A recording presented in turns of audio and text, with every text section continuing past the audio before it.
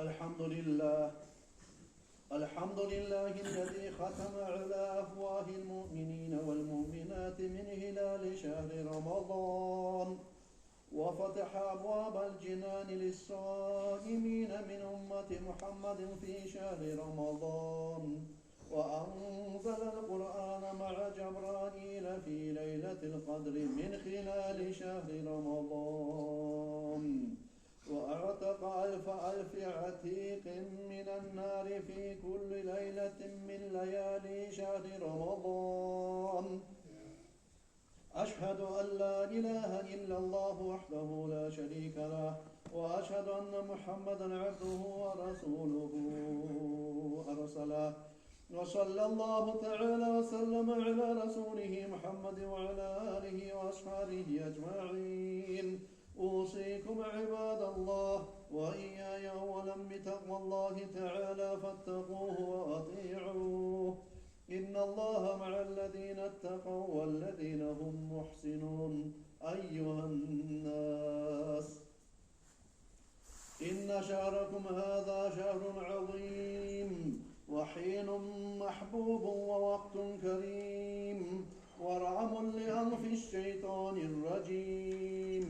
السلام عليك يا شهر رمضان، سلام على شهر الرفيق والمرسلات، وشهر التسبيح والدعوات، وشهر الخيرات والحسنات.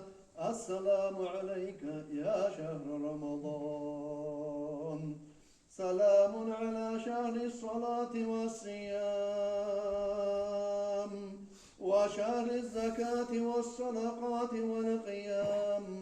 السلام عليك يا شهر رمضان، سلام على الشهر الذي زينت فيه المساجد بالمصابيح والقناديل، ونورت فيه بالعبادات والتراويح والتهاليل.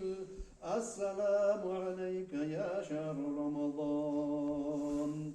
عباد الله، اجتنبوا في هذا الشهر المبارك من الفساد والعصيان، وتقربوا فيه إلى الله الملك المنان، واستعدوا لعبادته وطاعته في سر وإعلان.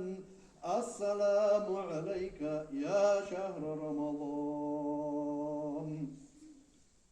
بسم الله الرحمن الرحيم.